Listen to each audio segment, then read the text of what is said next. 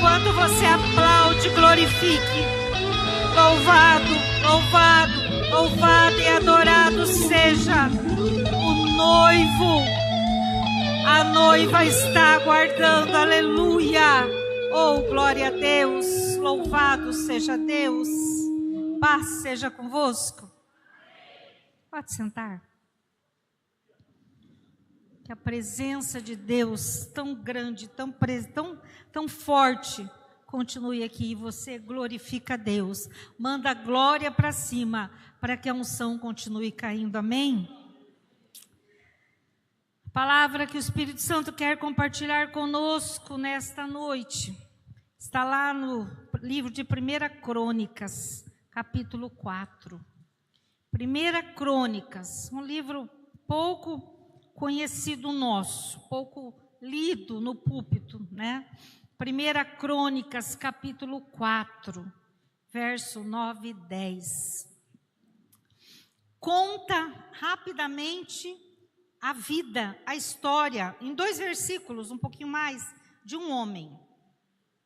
O nome desse homem era Jabes, uns falam Jabes, vou falar Jabes. Diz assim: Jabes foi o homem mais respeitado de sua família. Sua mãe lhe deu o nome de Jabes, dizendo: com muitas dores o dei à luz. Jabes orou ao Deus de Israel. Essa foi a oração dele. Abençoa-me e aumenta as minhas terras. Que a tua mão esteja comigo, guardando-me de males e livrando-me de dores. E Deus atendeu ao seu pedido.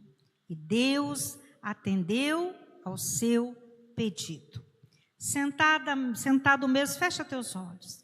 Pai, que a tua presença, que o teu Espírito que está aqui, Senhor, agindo entre nós, continue falando ao nosso coração. Que esta palavra, que é uma semente, que ela caia numa boa terra, para que todos nós possamos, Senhor, fazer ela frutificar em nós, e que nada possa impedir aquilo que Deus tem para fazer nesta noite. Eu declaro em nome de Jesus. Amém. Você diz amém?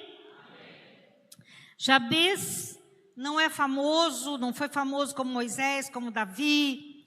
A história dele não foi repetida na Bíblia, está aqui nesse lugar, mas é certo que uma pequena diferença na vida desse homem, fez muita diferença na história dele, muita história. Como eu disse, Crônicas é um livro pouquíssimo usado, a gente lê muito pouco, a gente pula para Esdras, a gente conta a história de Neemias, mas o Crônicas a gente quase não fala. Mas preste atenção no que eu vou falar para você agora. Os primeiros 9 capítulos desse livro de Crônicas, eles falam de uma árvore genealógica, falam de pessoas das tribos de Israel, muito comum, muito comum. É um texto longo, necessário para quem estuda a Bíblia. Mais de 500 nomes desconhecidos e nomes difíceis.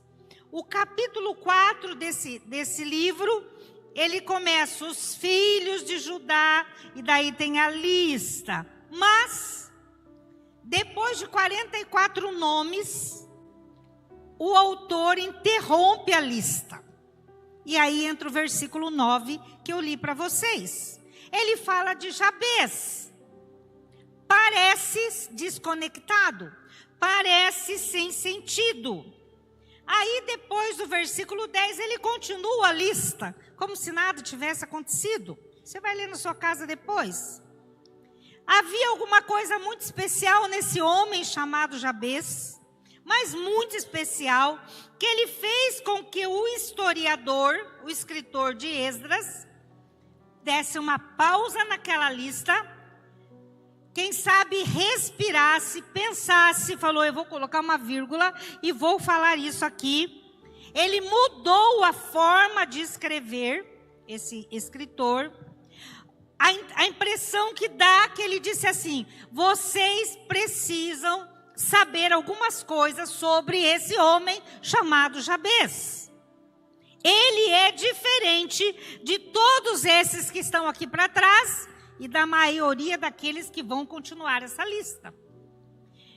A Bíblia diz, esses versículos dizem que Jabez se tornou mais importante. Algumas traduções falam, ele se tornou mais ilustre. Essa é uma das traduções. Ele se tornou, em outra diz, mais respeitado. Gosto dessa, que é a que eu li. Se tornou um homem mais respeitado de sua família. Lembrando que família aqui é uma tribo. É muita gente. Não sabemos por que ele recebeu esse título de homem mais ilustre. Mas a Bíblia dá algumas pistas. A Bíblia diz que o nome de Jabez foi dado a ele, e também era muito comum, porque a mãe dele sofreu. Ele trouxe sofrimento, deve ter tido um parto muito difícil. Acredito que o fardo de carregar o nome desse fez com que as coisas dentro do coração daquele homem mudassem. Eu acredito que ele compreendeu que ele não precisava deixar aquele fardo, aquele nome que trazia muitas coisas, definisse o destino dele, determinasse. Não gosto da palavra destino, muito menos determinismo. Jabez, ele transformou aquelas coisas. Eu acho que é por isso que a Bíblia fala o que significava o nome dele. Tem uma frase de Facebook que diz que o oposto do sucesso não é o fracasso, mas é a desistência. Frase de Facebook. Muitas pessoas, quando estão numa situação de enfrentamento, acabam desistindo, coisas da vida, coisas ruins que a gente passa. Mas Jabez, esses 2 versículos mostram que ele não desistiu de ser uma pessoa abençoada por Deus, mesmo que as coisas apontassem ao contrário. Porque eu acho muito curioso essas vírgulas, esse significado do nome dele, esse peso que ele carregava, tudo isso em 2 versículos.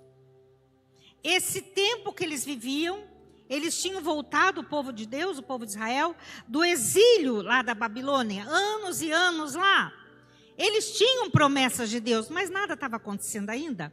Eles estavam na expectativa, quem sabe no desânimo. Tem salmos que mostram que eles já estavam desanimados.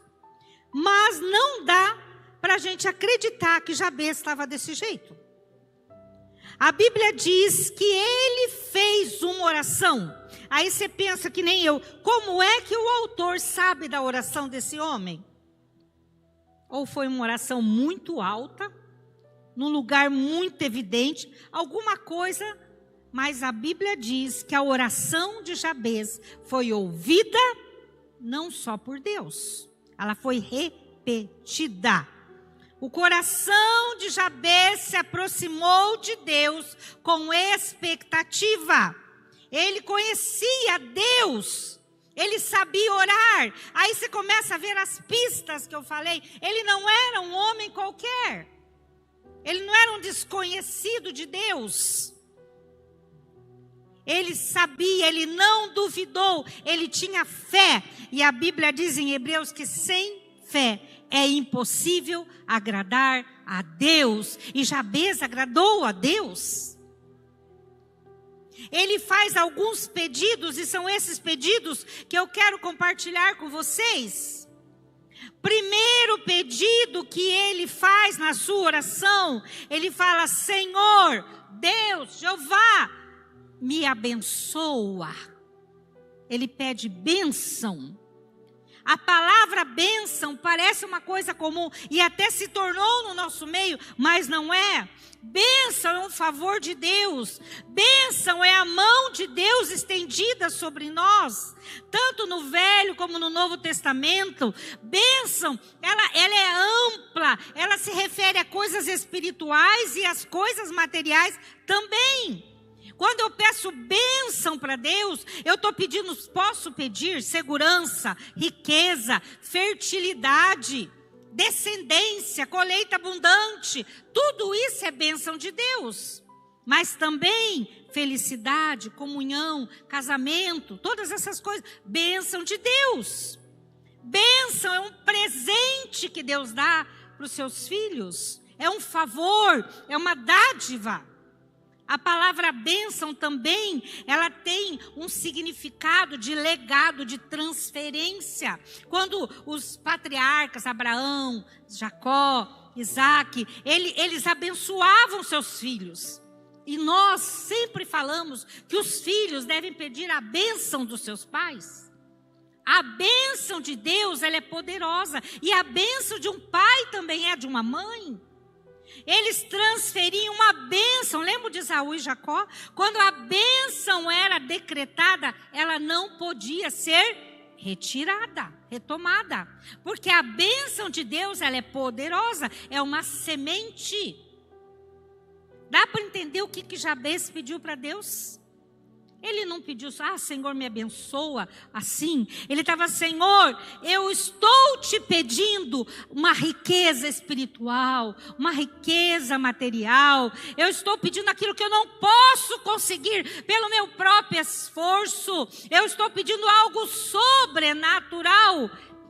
É por isso que Salomão, quando escreve lá em Provérbios, ele diz assim: a bênção do Senhor é a base da verdadeira riqueza, porque ela não traz tristeza e nem preocupação. Provérbios 10, 22. Se aquilo que você considera bênção está te trazendo dores, preocupações, confusão dentro da sua casa, não é bênção. Salomão, o homem mais rico e mais sábio, ele fala que a bênção do Senhor é a base da verdadeira riqueza, que não traz tristeza e nem preocupação. Aquele homem pediu para Deus bênção. Ele falou: Senhor, me abençoa. Aquele homem também pediu para Deus prosperidade. Aí ele fala: Senhor, aumenta as minhas terras. Primeiro, eu acredito que ele pediu a bênção espiritual, emocional. E depois, ele falou em outra tradução: alarga as minhas fronteiras, aumenta as minhas tendas. Tem várias traduções. Ele pediu terra, riqueza, poder econômico. Isso não é pecado, isso é bênção. Porque Deus enriquece, porque Deus tem prazer em nos dar o melhor, porque Deus é Pai. E Jesus lá no Novo Testamento fala: se um pai, sendo mau, nunca vai dar coisa ruim para um filho, sendo mau também, imagine Deus. Não vai querer abençoar um filho dele? Não vai querer prosperar um filho dele? Acha que Deus tem prazer de ver um filho dele na miséria, sem conseguir pagar a conta de água, de luz? Não! Deus quer que você seja a bênção, abençoado e abençoador também. É o plano de Deus para a nossa vida. Deus quer que você tenha um carro que você pode pagar, um bom carro. Deus quer que você more na sua casa. Deus não tem prazer em ver um filho dele na miséria. Deus nunca teve prazer na miséria. Aliás, quando Deus olha a nossa miséria, Ele põe a graça dele em nós, porque a graça de Deus é isso que nos faz ser parecidos com Jesus. Deus não tem prazer na miséria. Voto de pobreza não é invenção de Deus, isso aí é da história. Viver com roupa rasgada, achando que isso é humildade, não é de Deus. Jabez, ele pediu, mas sabe por que ele pediu mais prosperidade? Porque Jabez era um homem de visão. Acredito eu que Jabez estava dizendo: Senhor, tem tanta terra improdutiva. O povo de Israel veio para cá, está tudo detonado, tudo arrebentado. Mas eu quero trabalhar. Eu quero prosperidade, porque eu sou um homem de trabalho. Irmão, se você quer a bênção de prosperidade, peça para Deus trabalho, porque Deus tem prazer naqueles que trabalham. Aquelas terras improdutivas estavam esperando alguém com coragem para plantar, para colher, quem sabe sem os instrumentos certos, não havia. Aquele homem sabia de tudo isso, mas ele tinha vigor, e ele disse assim: eu quero conquistar, eu quero recursos, mas eu quero ter funcionários, eu quero influenciar pessoas, eu quero dar boa vida para meus funcionários, eu quero que eles também prosperem. Senhor, alarga minhas fronteiras, porque eu quero ser bênção na vida das pessoas. Ele pediu para ser bênção. Você quer ser próspero? Peça para Deus trabalho. Ore para ser bênção na vida das pessoas. A Bíblia diz lá no livro de Tiago que muitas pessoas, ou muitos de nós não somos abençoados porque pedimos por motivos egoístas, para gastar nos nossos próprios prazeres. Tiago 4:3. É eu, é meu trabalho, só eu que trabalho, só eu que sou bom, só eu que canso, ninguém cansa. Não, a Bíblia diz, quando nós pedimos e não recebemos, não é porque Deus é mau, é porque nós estamos pedindo errado. Ser próspero é ser um abençoador. Ninguém vence a Deus no dar. Se você é um homem de Deus, uma mulher de Deus e quer ser próspero, pode dar, porque Deus garante. Não tem sócio melhor na nossa vida do que o Deus Todo-Poderoso. A Bíblia diz que um justo nunca é desamparado. A Bíblia diz que um justo nunca mendiga o pão. E eu entendo essa palavra e eu acredito nela. Ser próspero é não sentir falta de nada, porque o Senhor é o nosso pastor e nada nos faltará. O Senhor é o meu pastor e o Senhor é o teu pastor também. Pode aplaudir.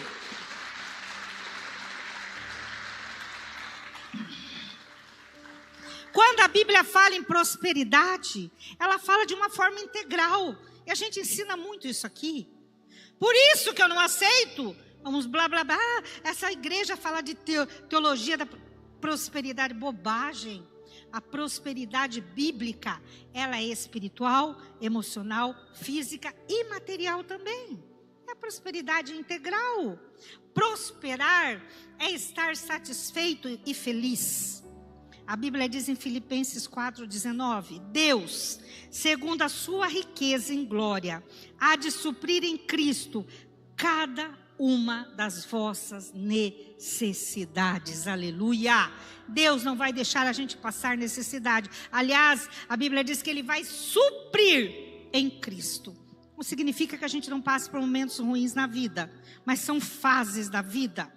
Fases. O duro é ver uma pessoa que não sai da fase, que está ali, patinando na mesma fase. Isso não é de Deus. A gente tem momentos, mas aquilo passa. Jabez, ele pediu prosperidade. Ele pediu que Deus alargasse as fronteiras. Ele pediu para que as barreiras fossem quebradas, os limites fossem estendidos. Ele pediu crescimento material. Ele queria ser influência na vida de pessoas. E por certo, aquele povo estava precisando muito de homens assim. Deus precisa de homens assim. Deus precisa de pessoas prósperas. Pessoas que entrem num ambiente e tenham como falar: olha como eu era e olha como eu estou. Porque o Deus Todo-Poderoso, o provedor, proveu na minha vida, na minha casa, na minha família, com os meus filhos. E eu glorifico a Deus por isso. Isso é a área de influência. Influência. Deus quer ver pessoas alargando, ampliando a sua visão, o seu negócio. Eu sei que Deus está falando com pessoas aqui. Deus quer que você seja influente nos seus relacionamentos. Mas isso só vai acontecer quando você tiver a disposição certa. sendo o primeiro dizimista. Que se você não é dizimista, a Bíblia diz que quem não é dizimista rouba a Deus. Deus não faz negócio com quem não é dizimista. Agora, se você é dizimista, pode confiar que aquilo que está na tua mão nunca vai sair da tua vida. Quanto mais você dá, mais Deus vai colocar na tua vida. A área de influência, tudo que está na tua mão, você dá e Deus dá mais para você. Eu sei que Deus está falando com pessoas aqui. Aquele homem pediu bênção e pediu prosperidade. E ele continua naqueles 2 versículos: Senhor, que a tua mão esteja comigo, guardando-me de males e livrando-me de dores. Olha, que sabedoria desse homem. Quando Deus começa a alargar as nossas fronteiras, o diabo fica furioso. Aí o diabo começa a levantar pessoas, porque o diabo usa pessoas para se colocar na nossa frente. Aí você começa a ver aquelas pessoas que você nunca imaginava, quem sabe com inveja. Porque inveja é muito destrutivo, é horrível. Áreas da vida que você acabava não percebendo, aí você começa a perceber pessoas próximas a você. Ou problemas lá no teu casamento, coisas também que não eram, que não aconteciam, ou uma doença inesperada. São aquelas setas, aquelas coisas que o diabo começa a ver as nossas fragilidades, então ele começa a atacar ali. Por quê? Porque ele quer que a gente perca o nosso foco, que ele quer que a gente perca a nossa direção. Aquele homem reconhecia suas fraquezas. Ele sabia que aonde a mão de Deus estava, tinha bênção. Mas se ele colocasse a mão dele sozinho ali, não teria bênção. Por isso que ele falou: Senhor, que a tua mão esteja comigo. Vocês estão entendendo? Que a tua mão esteja comigo, guardando-me de males e livrando-me de dores. A mão de Deus. Ele sabia que quando a mão de Deus estava, não haveria dores. E se houvesse, Deus estaria junto. Porque a mão de Deus, ela exalta. Na mão de Deus não abate as pessoas. A Bíblia diz em 1 Pedro: humilhe-se debaixo da poderosa mão de Deus, para que no tempo certo, homem de Deus, mulher de Deus, no tempo certo, o Senhor te exalta. Aleluia! Aleluia! Quem sabe agora você não está no tempo, você está lutando, mas pode aguardar em Cristo que no tempo certo Deus vai te exaltar. Palavra de Deus. A mão de Deus nos fortalece, porque o Senhor teu Deus te digo: eu te pego pela tua mão direita e te falo, não temas, porque eu te ajudo. Oh, aleluia! Oh, glória a Deus. Quando Deus pega na mão da gente, louvado seja Deus, a mão do Senhor não está encolhida para que não possa salvar, nem seu ouvido surdo para que não possa ouvir. A Bíblia diz em Isaías. Talvez você esteja dizendo: Deus, pastora, Deus não está ouvindo as minhas orações. Deus está ouvindo, mas às vezes Deus está falando para você: espera. Deus não falou sim, Deus não falou não. Deus está falando: espera, espera. Tudo tem o tempo de Deus para acontecer. A mão de Deus, ela está sobre nós. E o esperar, muitas vezes, que não é bom, é um remédio que Deus está colocando na nossa ferida. Porque Deus quer que você, no tempo certo, possa ser abençoado, possa ser próspero, possa ser exaltado. Mas tem o tempo de Deus para todas as coisas. Foi pregado isso aqui semana passada. Há tempo de Deus para todas as coisas. Quem sabe agora é um tempo de ouvir, de sentar, de ser curado. É um tempo de ser purificado. É um tempo de pedir perdão e ser perdoado. Para que daqui a pouco, na hora que tudo estiver encaixadinho, o Senhor falou: agora você está pronto para ser abençoador e abençoado. Seja um instrumento de Deus. Aí você vai ser uma bênção no teu trabalho, você vai ser uma bênção lá no teu negócio, você vai ser uma bênção na tua igreja, você vai ser bênção, porque a bênção de Deus não acrescenta dores. Jabez sabia o que ele estava pedindo, por isso que teve aquela pausa. Ele não era um homem qualquer. Ele não estava falando qualquer coisa. Ele sabia que se ele estivesse segurando na mão de Deus, no caminho da prosperidade, tudo ia dar certo.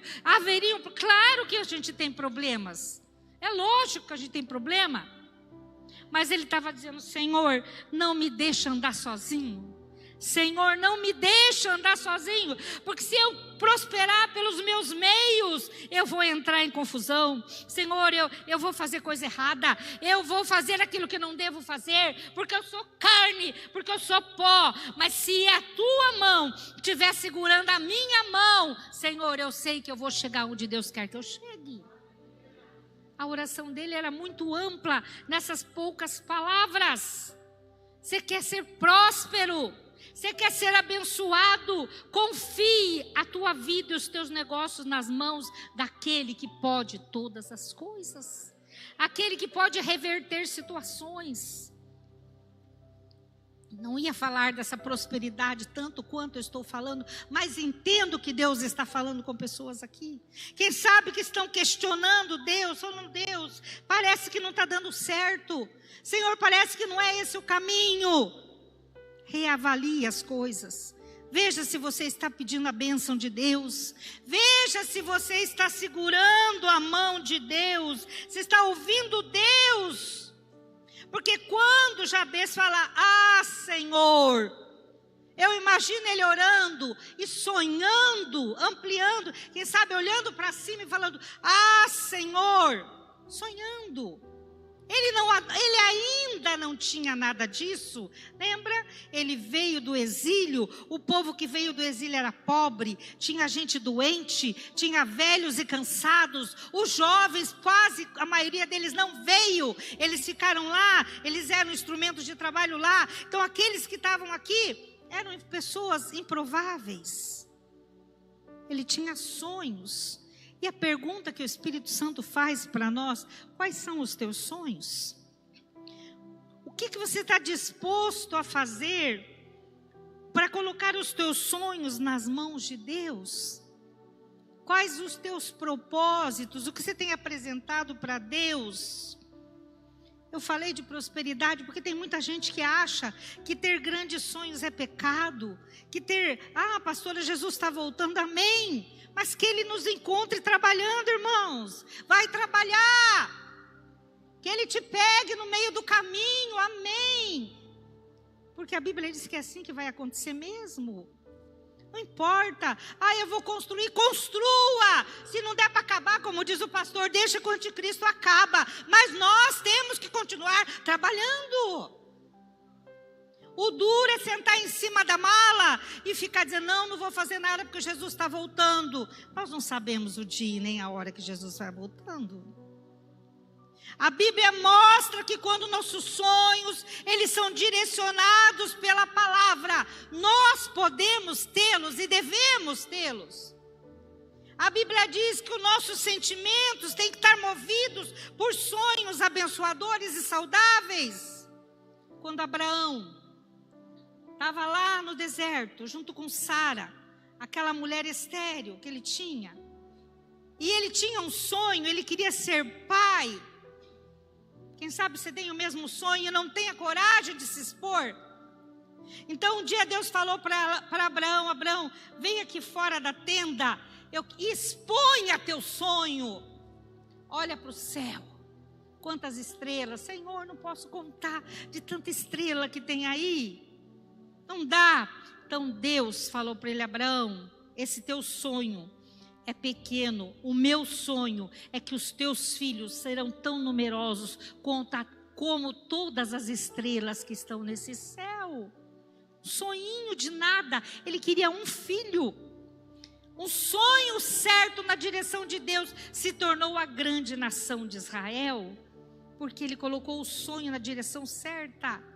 Deus tinha um plano para ele muito maior. Os planos de Deus são maiores do que os nossos, irmãos. Quem sabe o teu sonho seja ter uma coisa assim, um assado, pequena, mas Deus está falando para você hoje, os meus sonhos para você são maiores do que você pode imaginar. Tome posse dessa palavra. Os sonhos de Deus são maiores do que os seus. Os planos de Deus são maiores do que os seus. Se Deus curou você, é para você ser um instrumento maior. Se Deus restaurou o teu casamento, é para que você seja a bênção para outros casamentos. Se Deus está fazendo coisa nos teus negócios, não é só para você, é para que você seja abençoador na vida de outras pessoas.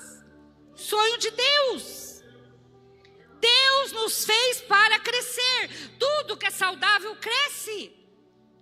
A planta cresce, criança cresce, igreja cresce, pessoas saudáveis crescem. Deus quer que você cresça também, aleluia. Deus quer que você cresça espiritualmente. Nunca vivemos um tempo de tanta imaturidade espiritual. Olha quantos anos que eu estou falando, que eu estou vendo isso. Quanto crente mimizento. Ai, não consigo, não vou mais para a igreja. Ai, oh meu Deus. Como que uma pessoa dessa vai ser próspera? Como que Deus vai confiar um bem para uma pessoa que leva uma pisada no dedinho e não quer mais servir a Deus? Como que Deus vai prosperar uma pessoa que não gasta um tempo para estar em oração porque está cansado? As coisas que a gente tem visto tão estranhas. Irmãos, Deus nos fez para crescer. Deus quer que os teus sonhos se tornem os sonhos de Deus. Mas nós temos que amadurecer. Quantas pessoas não estão compreendendo isso? Não conseguem crescer nos relacionamentos. Toda semana, agora não, porque o pessoal que lida com casais está ali. Cada 15 dias, não vou exagerar, tinha que ir lá na casa porque estava dando problema no relacionamento. Está dando problema. Ô, irmão, por favor, gente com 25 anos de casado, nós temos que crescer. Aquilo que já deu, irmão. Se não vai, ele não vai melhorar. Você vai ter que lidar com aquele negócio daquele jeito mesmo. É assim que é. Quantas pessoas que não crescem financeiramente, que não crescem profissionalmente, que não querem estudar, que não querem trabalhar, mas querem ser abençoados. Ministério, então, nem se fala. É só púlpito. Mas na hora de pagar o preço, ninguém quer. Deus quer que nós sejamos pessoas que tenham um entendimento da palavra. Deus espera isso de nós. Temos que crescer. Coloque teus sonhos na mão de Deus. Mas arrisque a ouvir Deus falar, não, está tudo errado. Senta aí.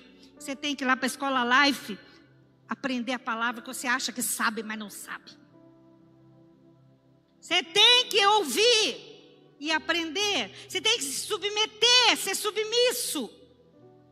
Mas não tem nada melhor do que estar no lugar que Deus deseja que nós estejamos, fazendo aquilo que Deus deseja que nós façamos. É ali que nós vamos prosperar. Os improváveis de Deus acontecem nessas horas. Pessoas que você fala, nossa, mas aquela pessoa estava no lugar certo, na hora certa, em comunhão com Deus, igual Jabez, e a bênção de Deus vem sobre a vida daquela pessoa. É tremendo isso, é tremendo. Deus nos chamou para isso. Pode ver na natureza, irmãos, tudo, às vezes está tudo seco, de repente cai uma chuvinha e tudo fica verde, sabe por quê? Porque Deus não é limitado à vontade, ao desejo do homem, à plantação, à terra. Deus manda a chuva e a chuva obedece. Deus manda a bênção e a bênção desce, porque é assim que Deus faz as coisas. Quem sabe agora, você está aí falando, pastora, mas eu estou vivendo um tempo de tanta provação na minha vida, tanta seca. Eu estou vivendo, mas calma. Lembra que eu falei do tempo de Deus? Tenha fé, a chuva vai cair sobre a tua vida. A chuva vai cair. Jabez era um homem comum. A Bíblia não diz que ele era um homem que tinha alguma habilidade maior do que os demais. Algumas vezes a Bíblia fala de outros homens, mas a Bíblia não fala isso.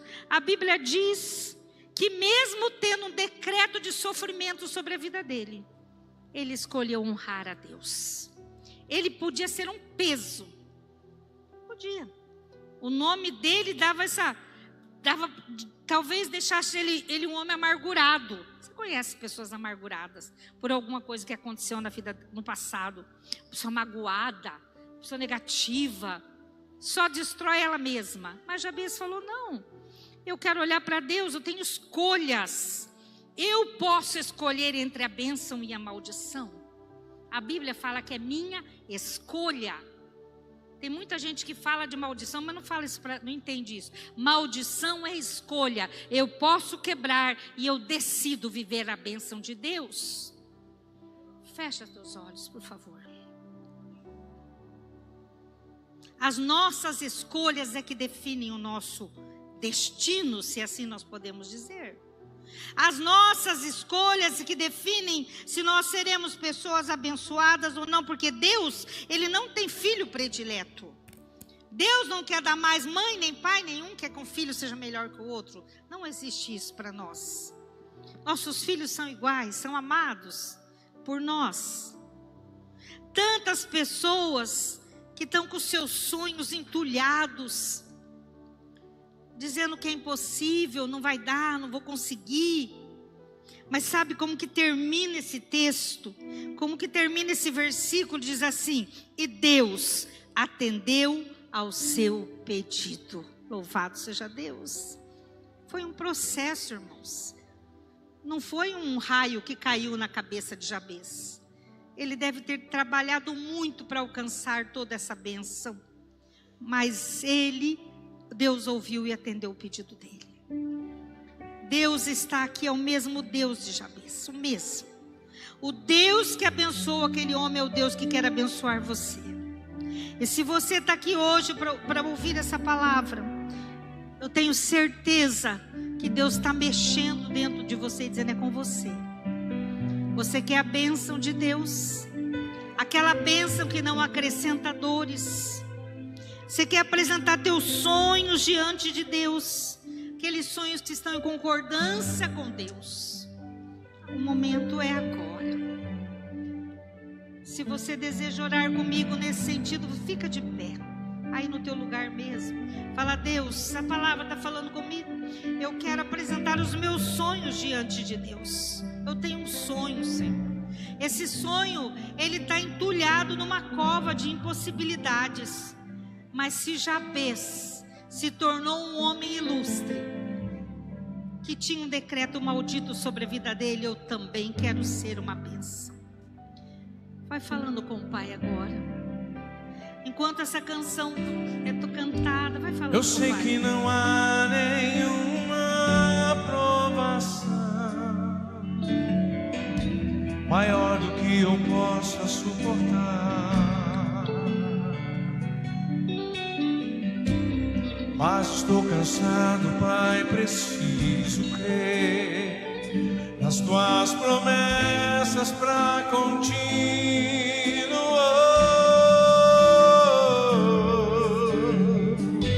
Eu sei que me livraste das acusações, mas estou cansado de chorar. Espírito Santo, vem me renovar. Só tua presença pra me alegrar. Os sonhos de Deus são maiores que os teus, tão grandes que nem pode imaginar.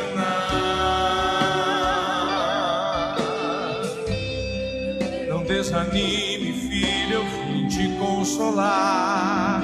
Nas minhas promessas volte a acreditar. Os sonhos de Deus são maiores que os seus, por isso vale a pena acreditar. O dia está chegando, eu vou te renovar. minha presença tu vais prosperar. Apresente teu sonho diante do Pai agora. Aquele sonho que só você tem, que está enterrado, desenterra ele agora, a Deus. Eu quero a bênção de Jabez sobre a minha vida, Pai.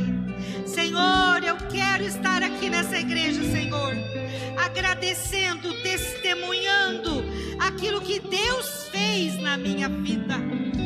A bênção, Senhor, que Deus me deu, o milagre que Deus fez, o retorno, Senhor, do meu filho, da minha filha, porque não há nada impossível para Deus, nada, nada, nada é impossível para Deus, nada. Senhor, nós oramos, Pai, todas essas pessoas que estão em pé, estão apresentando diante de Deus um sonho, algo que está enterrado, meu Deus, quem sabe, na cova das impossibilidades, mas hoje, a Tua palavra falou conosco. Senhor, a palavra de Deus diz que a bênção de Deus, ela enriquece e ela não acrescenta dores. Em nome de Jesus Cristo, aquele que pode todas as coisas, que este sonho apresentado diante do Senhor agora, Pai, que ele saia dessa cova e ele venha para fora, Senhor, e que a bênção de Deus o alcance, para que nós possamos nos alegrar com os nossos irmãos e irmãs e declarar, Senhor, que o nosso Deus é um Deus que alarga fronteiras, que o nosso Deus é um Deus que enriquece, o nosso Deus da riqueza, o nosso Deus da prosperidade, o nosso Deus abençoa. Eu abençoo teus filhos agora, em nome de Jesus. Agradeça a Deus por um minuto. Tome pela fé, agradeça a Deus. Oh, aleluia, obrigado, Jesus.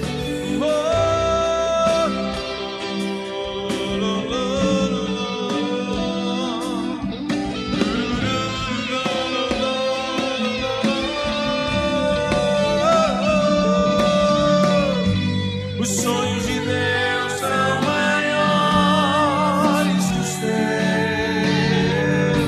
tão grandes que nem pode imaginar. Não desanime, filho, eu vim te consolar. Nas minhas promessas, volte a acreditar. Os sonhos de Deus são maiores que os teus, por isso vale a pena acreditar. O dia está chegando, eu vou te renovar. Na minha presença tu vais prosperar. Na minha presença tu vais prosperar.